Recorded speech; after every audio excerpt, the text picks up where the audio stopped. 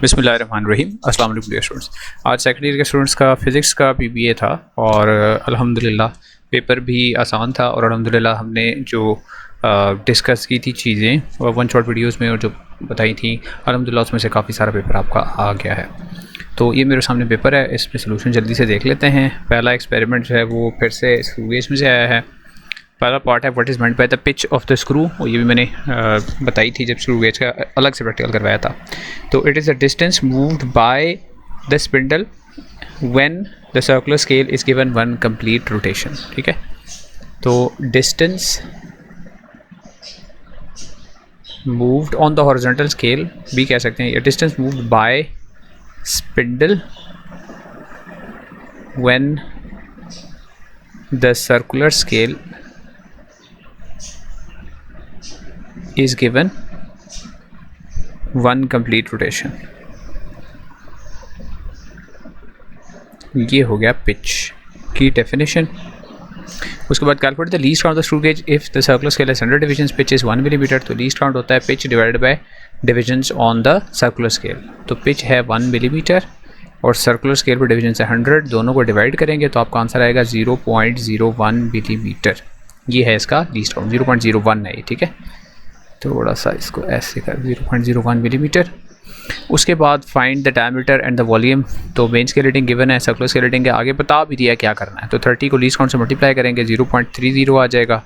0.30 को 4 में प्लस करेंगे तो 4.30 आ जाएगा। एरर वाला काम उसने किया ही नहीं और आपके लिए आसानी हो गई है।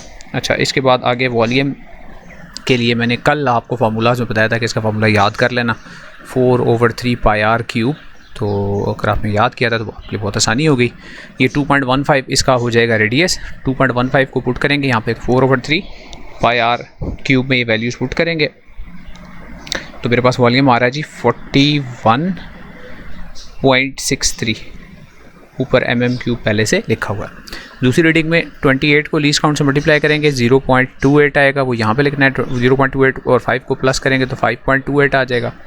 और अगर मैं 5.28 का हाफ करूँ तो रेडियस मेरे पास 2.64 आएगा और फिर मैं वॉल्यूम के फॉर्मूला में पुट करूँ तो तकरीबन कुछ 77.1 आ जाता है। ये 77.07 आ रहा है, मैं वही लिख देता हूँ यहाँ पे। नंबर 3 में 16 को लीस्ट काउंट से मल्टीप्लाई करेंगे 0.16 आ जाएगा और 6 में उसको प्लस करेंगे तो 6.16 ये आ जाएगा मेरे पास डायमीटर। और इस डायमीटर को हाफ करूँ तो 3.08 ये मेरे पास रेडियस आ जाएगा और फार्मूला में पुट करूँ तो मेरे पास आंसर कोई आता है 122.39। तो सबको 2 डेसिमल प्लेसेस तक मैंने लिख दिया। ठीक हो गया, अब इसमें कोई अनसर्टिनिटी भी नहीं करनी थी, आसानी होगी आपके लिए। तो 4.5 मार्क्स वो सारी के हैं। वैसे ये थोड़ा कॉन्ट्राडिक्ट किया उन्होंने, कहा तो 0.5 मार्क्स का कुछ भी नहीं है, कोई क्वेश्चन नहीं आएगा, लेकिन दे दिया। चले खैर, the diagram shows stationary wave on a string. इसमें शायद थी थोड़ी सी समझने वाली चीज़ पूरे पेपर में। तो यहाँ पे आपने mark the positions of the nodes and the anti nodes. तो ये नोड हैं यहाँ पर, जहाँ पे एम्पलीट्यूड 0 है, ये नोड है, तो ये भी नोड है, ये भी नोड है, ये नोड बन गए। ठीक है, और उसके बाद आपने एंटी नोड्स जो है वो नोड 4 बन गए, 1 2 3 4, और एंटी नोड यहाँ पे, ये एंटी नोड 1, ये एंटी नोड दूसरा और ये एंटी नोड जो है वो तीसरा। ऊपर या नीचे किसी जगह पे भी एक एंटी नोड जो है वो हो सकता है। ठीक है, नेक्स्ट है the table shows the values और find the frequency when the mass per unit length is 0.003 ग्राम पर सेंटीमीटर और लेंथ गिवन है हमें। अच्छा नहीं, पहले है determine the wave length also. अच्छा सॉरी, तो वेव लेंथ क्या है देखें, ये टोटल आपने देखना है ये लूप्स कितने बने हुए, या आप वेव लेंथ वेव्स कैलकुलेट कर लें। यहाँ से लेकर यहाँ तक एक वेव पूरी होगी, उसके बाद ये आधी वेव है। तो सिंपल ये 1.5 वेव लेंथ है, 1.5 लैम्डा के इक्वल है। तो 1.5 लैम्डा की लेंथ 75 के इक्वल है, तो 1.5 लैम्डा इक्वल टू 75, तो lambda equal to 75 divide by 1.5 जो कि 50 आता है। तो यहाँ पे आपके पास 50 सेंटीमीटर या 0.50 मीटर, दोनों बातें ठीक हैं। फिर आगे आपने कैलकुलेट करनी थी फ्रीक्वेंसी, ये सारी वैल्यूज़ आगे गिवन थी। ये मैंने कल आपको याद होगा तो मैंने आपको बताया था कि ये सेंटीमीटर में ही रखें, मैस को ग्राम्स में ही रखें, तो टेंशन का यूनिट आता है डाइंस, बिल्कुल वही यूनिट यहाँ पे आया है। और जो फार्मूला मैंने आपको बताया था वही फार्मूला यहाँ पे आया है। अब यहाँ पे आपने लेंथ की यूनिट चेंज नहीं करनी थी, टेंशन की यूनिट चेंज नहीं करनी थी, मैस की यूनिट चेंज नहीं करनी थी, सारा कुछ एज इट इज़ आपने पुट करना था इसके अंदर। ठीक है, you don't have to change anything here. तो अब ये सारी वैल्यूज़ अगर मैं पुट करूँ इस पहले वाले पार्ट के लिए 1/2 times length of the one loop और फिर square root of T over M, तो मेरे पास आंसर आता है कि 45.6 के करीब आता है, 45.6। और अगर दूसरा वाला जो है उसकी मैं वैल्यूज़ इसी तरह पुट करूँ 1/2 times length of one loop, याद रहे लेंथ एक लूप की यहाँ पुट करनी थी हमने, ये वाली लेंथ नहीं पुट करनी थी, तो इसको यहाँ पुट करूँ तो मेरे पास आंसर आता है 51.03, ये आ रहा है मेरे पास, यानी 51.03 पहले का और दूसरे का 45.63 आ रहा है, तो ये मैंने दोनों निकाल दिए। उसके बाद आगे लिखा है what happens to the frequency if the length of the string is kept constant and the tension is quadrupled. तो देखिए फ्रीक्वेंसी जो है वो जो सोर्स की फ्रीक्वेंसी वो चेंज नहीं हो रही, आप ये कह रहे हैं जो स्ट्रिंग वाइब्रेट कर रहा है उस स्ट्रिंग की वाइब्रेशन की फ्रीक्वेंसी पे क्या फ़र्क पड़ता है, तो स्ट्रिंग की जो वाइब्रेशन की फ्रीक्वेंसी है वो डिपेंड कर रही है किसके ऊपर, टेंशन के ऊपर। कैसे, ये फार्मूला ही मुझे बता रहा है, F = 1/2 times L root T over M। तो इसमें से अगर मैं L को, वैसे उन्होंने मेंशन नहीं किया लेकिन M भी हम यहाँ पर कांस्टेंट ही मान रहे हैं, तो F जो है फ्रीक्वेंसी वो डायरेक्टली प्रोपोर्शनल हो रही है square root of time tension के। तो इसका मतलब क्या है कि अगर टेंशन को क्वाड्रपल कर लें तो F डैश जो है वो किसके इक्वल आएगा, F dash is equal to K times 4 × T dash, ठीक हो गया। तो यहाँ से अब ये 4 रूट का जो है बाहर आ जाएगा, तो ये K × 2 टाइम्स T डैश आ जाएगा, और T डैश जो है वो वहाँ से ऊपर से निकाल के लें, तो इसका मतलब है कि F डैश जो है वो double of the original F हो जाएगा, यानी फ्रीक्वेंसी विल बी डबल। ये सारी कैलकुलेशन की ज़रूरत नहीं है, मैं आपको समझाने के लिए बताया कि फ्रीक्वेंसी डबल हो जाएगी अगर टेंशन को क्वाड्रपल कर देंगे, ये भी लिख देंगे तो काफ़ी हो जाएगा, ठीक हो गया जी।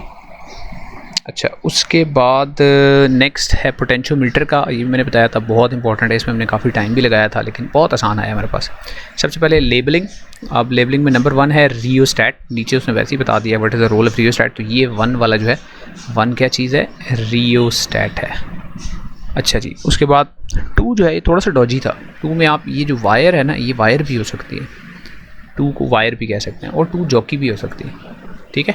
दोनों बातें इसकी ठीक होनी चाहिए मेरे ख्याल में, क्योंकि इसलिए कि वो सही तरह कोई उन्होंने वो पॉइंट आउट नहीं किया हुआ कि ये जो एरो वाली चीज़ है इसको आप 2 कह रहे हैं, या ये जो वायर है इसको आप 2 कह रहे हैं, तो जॉकी भी हो सकता है और वायर भी हो सकता है। पोटेंशियोमीटर की जो वायर है वो भी हो सकती है, पोटेंशियोमीटर वायर भी लिख सकते हैं।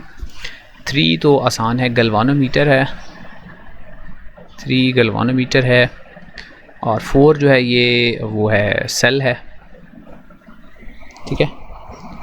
और कौन सा सेल है, अच्छा एक मिनट, इसको सेल नहीं कहना, इसको आपने बैटरी कहना, सॉरी सेल ये हैं E1 और E2, तो इसको आपने या तो बैटरी कहना या आपने इसको ड्राइवर सेल कहना है, यानी जो ड्राइव कर रहा है करंट को, तो इसको बैटरी कह लें, ज़्यादा बेहतर है।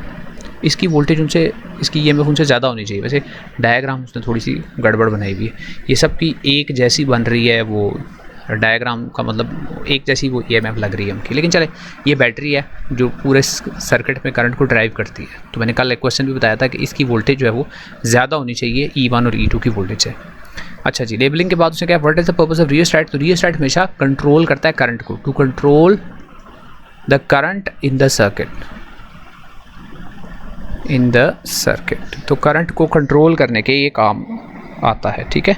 और उससे क्या होगा, पोटेंशियल ग्रेडियंट जो बार बार कल हम जिक्र कर रहे थे, पोटेंशियल ग्रेडियंट जो है वो कांस्टेंट रहेगा, ठीक है। That maintains constant potential gradient, जो कल मैं बातें कर रहा था वो यहाँ पे एज इट इज़ देखें आ गई हैं। चले ये ना भी लिखें आप, control the current in the circuit, maintain study current in the circuit, तो फिर भी ठीक ही होगा, ठीक है।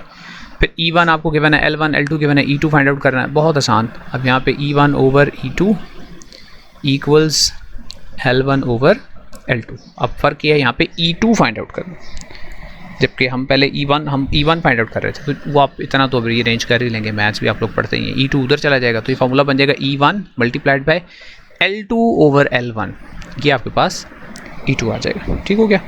तो L2 आपके पास है 60, तो आप 60 को डिवाइड कर दें 80 से और 1.5 से मल्टीप्लाई कर दें, तो 60 ओवर 80 मल्टीप्लाइड बाय 1.5, तो ये मेरे पास आ रहा है 1.125 वोल्ट, ये मेरे पास E2 की EMF आ रही है। ये आपका सेक्शन ए यहाँ पर कंक्लूड हो गया। सेक्शन बी पे चलते हैं, उसमें फिर से फ़ोटो सेल वाला बार बार कल जिक्र भी किया था, और बहुत अच्छा हो गया आपको ग्राफ बनाना नहीं आया इसमें। अगर ग्राफ आ जाता तो ज़रा आपके लिए थोड़ी सी गड़बड़ हो जाती। तो बग़ैर ग्राफ के कुछ भी नहीं है इस प्रैक्टिकल में। तो इंटेंसिटी 1/d² है, तो बेसिकली 38 अगर गिवन है तो आपने करना था 1/38²। तो कैलकुलेटर पे जो भी नंबर आता है वो आपने यहाँ पे लिख देना था। तो कैलकुलेटर पे ये नंबर आ रहा है 0.000693। अगर ऐसे लिखा ठीक, अगर किसी ने 10 की पावर्स में 6.93 10⁻⁻⁴ लिखा वो भी ठीक है, इस तरह भी ठीक है, वो भी ठीक है, 10 की पावर्स वाला भी ठीक है। आगे लिखा हुआ है 36, तो 1/36 का स्क्वायर, तो वो जो कैलकुलेटर पे नंबर आता है वो मेरे पास आ रहा है 0.000772। तो ये एज इट इज़ मैंने लिख दिया इधर, ठीक है। उसके बाद नेक्स्ट है 1/34 का स्क्वायर है, तो वो मेरे पास आ रहा है 0.000865, 0.000865 ये आ गया। उसके बाद आ रहा है 0.001276, इसका 0.001276, ठीक हो गया, बहुत आसान हो गया। Which phenomenon is involve in the principle, तो photoelectric effect is involve. तो इसको फिनोमिनन को क्या बोलते हैं जी, फोटो इलेक्ट्रिक इफेक्ट। डिफाइन कोई नहीं करना, बस फोटो इलेक्ट्रिक इफेक्ट यहाँ पर बताना था। Why micro ammeter is used, micro ammeter इसलिए कि करंट की वैल्यू बहुत स्मॉल है। सिर्फ ये कह देना काफ़ी नहीं कि करंट को डिटेक्ट करने के लिए, करंट को मेजर करने के लिए, नो, माइक्रो का लफ्ज़ ये बता रहा है कि आपने ये बताना था कि current is very small, the value of the current is very very small and hence it can only be accurately measured using micro ammeter, ठीक है, करंट की वैल्यू स्मॉल होने की वजह से। उसके बाद यहाँ मैग्नेटिक फील्ड पैटर्न जो है वो आपने ड्रॉ करना था। मैग्नेटिक फील्ड पैटर्न जो है वो मैंने ड्रॉ करके कल आपको बताया था कि यहाँ पर आपकी ऐसे करके सर्कल बनेगा, ऐसे एक सर्कल आप इधर बना लें, एक सर्कल आप इधर से इधर बना लें, एक आप इधर से इस तरफ को ऐसे बना लें, एक आप इधर से ऐसे बना लें, और बीच में से एक लाइन ऐसे यूँ ऐसे कर लें, ठीक है। तो करंट यहाँ से ऐसे इधर जा रहा है, तो यहाँ से करंट ऊपर जाएगा, तो आप उस राइट हैंड रूल लगाएंगे, तो उसके मुताबिक आपने ये बताना है कि ये एरो इधर जाएगा, ये एरो इधर जाएगा, ये एरो इधर जाएगा, उधर उस साइड से करंट नीचे की तरफ जा रहा है, तो करंट नीचे जा रहा है, राइट हैंड रूल लगाएं। ये भी लगा के आपको कल बताया था, यहाँ से इनकी डायरेक्शन आपने ऐसे बतानी थी। बस ये हो गया आपका ये वाला part, draw the magnetic field, और लाजमी है एरोज़ नहीं है तो नंबर नहीं मिलेंगे पूरे, ठीक हो गया। Next which rule is used, तो रूल जो यूज्ड है वो है राइट हैंड रूल है, ठीक है। राइट हैंड रूल वो ये है कि point the thumb in the direction of the current and curl the fingers of the right hand and that will show the direction of the magnetic field. What happens to the field strength? The current becomes smaller in magnitude. So since magnetic field strength is proportional to the current, B proportional to the current है, तो smaller current का मतलब क्या है, magnetic field strength भी weak हो जाएगी, ठीक है, तो weaker magnetic field produce होगी। ये पार्ट नंबर 3 भी हो गया आपका। उसके बाद आगे मैस स्प्रिंग सिस्टम वाला है, ये भी बहुत आसान आ गया। मैस गिवन है, मैस को लोड में आगे खुद ही उन्होंने कन्वर्ट कर दिया है, एक्सटेंशन आपको दे दी है। स्प्रिंग कांस्टेंट निकालना है, तो स्प्रिंग कांस्टेंट निकालने के लिए आपने जस्ट क्या करना है, एफ़ को एक्स के साथ डिवाइड कर देना, ठीक है। एफ़ और एक्स को डिवाइड करेंगे तो मेरे पास पहला एफ़ है 0.245, तो 0.245 को अगर मैं डिवाइड कर दूँ विद 0.01 तो मेरे पास आंसर आ जाएगा स्प्रिंग कांस्टेंट का 24.5। तो यहाँ पे 24.5 आ रहा है। इधर मैं 0.49 को डिवाइड करूँ 0.02 से, तो मेरे पास आंसर आ रहा है ये भी 24.5 आ रहा है। चेक कर लीजिएगा, मैं थोड़ा जल्दी में करता रहा हूँ, गड़बड़ ना होगी हो। तीसरा मेरे पास आ रहा है 22.87, यहाँ पे 22.87, और आखिरी वाला मेरा फिर से 24.5 आ रहा है, ठीक है। एक जैसी वैल्यूज यही बता रही हैं कि स्प्रिंग कांस्टेंट जब वो हाई कांस्टेंट, एक थोड़ा सा आउटलायर है बीच में, वो वैल्यू थोड़ी सी आउट है, उसका केस नहीं आ रहा, वो है फिर आपका मसला नहीं है, जो वैल्यूज़ गिवन है उनके मुताबिक ही आपने आंसर निकालना। उसके बाद आपने U यानी इलास्टिक पोटेंशियल एनर्जी जो है वो कैलकुलेट करनी है, उसका भी फार्मूला आपको पहले ही गिवन है, तो फार्मूला में वैल्यूज पुट कर दे। तो पहला मेरे पास आंसर आ रहा है 0.001225, ये पहला आ रहा है। दूसरा आ रहा है 0.00490, 0.00490। तीसरा मेरे पास आंसर आ रहा है 0.01029, 01029। उसके बाद आ रहा है 0.01960, 960, ये वैल्यूज़ आ रही हैं। Complete the table, draw the extension versus load graph. अब इसमें आपने एक्सटेंशन को इधर रखना था, एक्सटेंशन वर्सेस लोड ग्राफ है, तो आपने एक्स एक्सिस पे एक्सटेंशन को रखना था और वाई एक्सिस पे आपने लोड को रखना था। एफ़ इधर, एक्स इधर, ठीक है। स्केल जो है आप एफ़ की लोड की जो स्केल है वो रख सकते हैं, एक बॉक्स को आप रख सकते हैं 0.2, यानी एक बिग बॉक्स को 0.2 रख सकते हैं। ये 0.2 रख लें, ये 0.4 रख लें, 0.6 एंड सो ऑन, ऐसे चलते चले जाएँ, ठीक है। 0.8 फिर 1, और एक्स एक्सिस पे आपकी जो एक्सटेंशन है 0.01 0.02, तो एक बिग बॉक्स जो है वो 0.01 के इक्वल है। उसके बाद 0.02 0.03 0.04, ठीक है, 0.02 0.03 0.04 ऐसे। अब आप प्लॉट करेंगे इनकी वैल्यूज़, तो पहली वाली जो है वो है लोड 0.245 है और एक्सटेंशन है 0.01, तो 0.01 पे 0.245, तो यहाँ कहीं आपका पहला पॉइंट इधर कहीं आएगा, ठीक है। उसके बाद 0.02 पे 0.49 आ रहा है, तो 0.49 यहाँ से थोड़ा सा ऐसे ऊपर आएगा। अब तीसरा थोड़ा सा आउट हो जाएगा, 0.03 पे 0.686 आ रहा है, तो 686 थोड़ा सा ऊपर हो जाएगा ऐसे करके, ठीक है। और फिर उसके बाद आ रहा है 0.98, वो ऊपर जाके ऐसे आएगा, ठीक है। तो ये स्लाइटली ऐसे एक पॉइंट जो है वो आउट हो रहा है इसका, वो स्ट्रेट लाइन के ऊपर नहीं आ रहा, ठीक है। तो इनको आप लाइन ऑफ बेस्ट फिट ऐसे ड्रॉ करके ऐसे बता सकते हैं, मैक्सिमम नंबर ऑफ़ पॉइंट्स के पास से जो लाइन जाएगी वो लाइन ऑफ बेस्ट फिट होगी, ठीक हो गया। ये आपका जी सोल्यूशन हो गया फ़िज़िक्स के PBA का, और अल्हम्दुलिल्लाह मेरे ख्याल में अच्छा ही हो गया होगा मेजॉरिटी ऑफ द स्टूडेंट्स का। कोई और सवाल है तो कमेंट्स में आप पूछ लीजिएगा। इंशाल्लाह आगे जो केमिस्ट्री का आपका PBA है उसके लिए भी इसी तरह 1 शॉट की वीडियो बनाऊंगा, 1-2 वीडियोस बनाऊंगा, मेजर की माइनर की अलग अलग। तो चैनल के साथ कनेक्टेड रहिएगा, इंशाल्लाह उसकी भी तैयारी यहाँ पे आपको मिल जाएगी। Best of luck for your next papers and see you in some other video इंशाल्लाह।